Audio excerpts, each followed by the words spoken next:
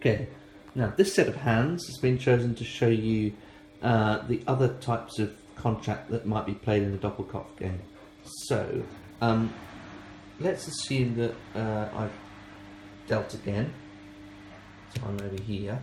Now, so the first player to bid looks at their hand and thinks, oh yeah, looks reasonable, not strong enough for a solo, I haven't got both queens of clubs in my hand, I'm contra, I haven't got any queen of clubs in my hand, so I go gesund, healthy.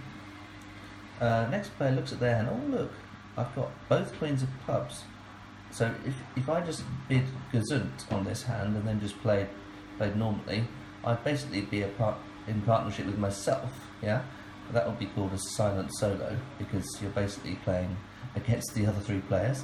You need a very, very strong hand with huge numbers of trumps, and ideally very high trumps, to win such a hand.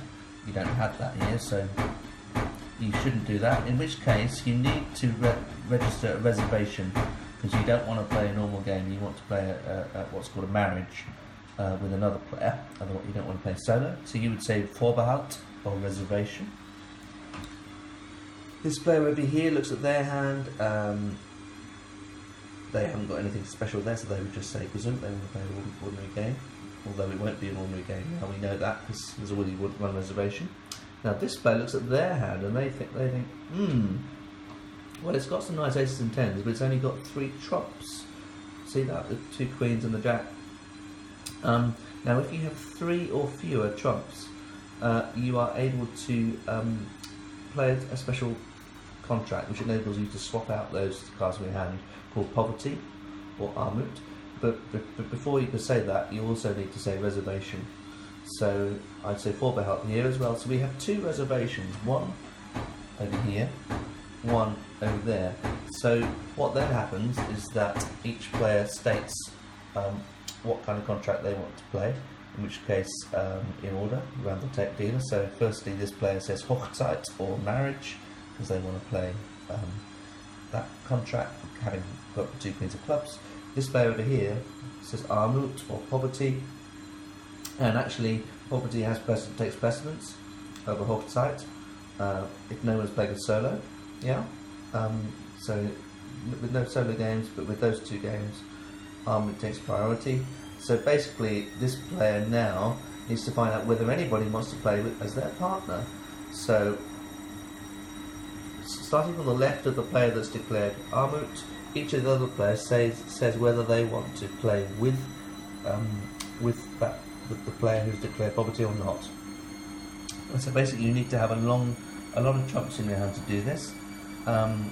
Ideally it'd be great because what you're going to do is they're going to give you your 3 trumps and you'll give them back probably 3 side suits if you've got them, otherwise 2 side suits and a trump. So this player says yes, he wants to be partner of the poverty player. So the player playing poverty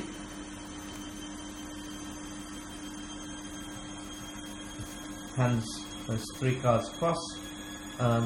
This player here, this would be face down normally, it would be done face down.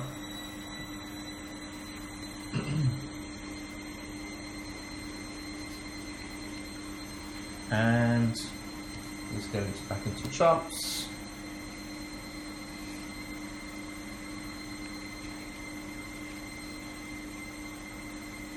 All messed up, but anyway. So that's a hand entirely now made up of trumps, playing with a hand that's entirely made up of side suits.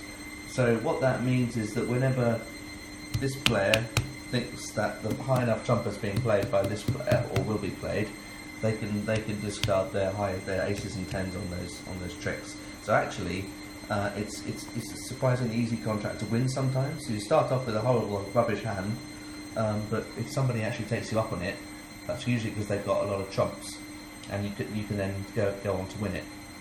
I'll now go on to show you how the marriage contract would work.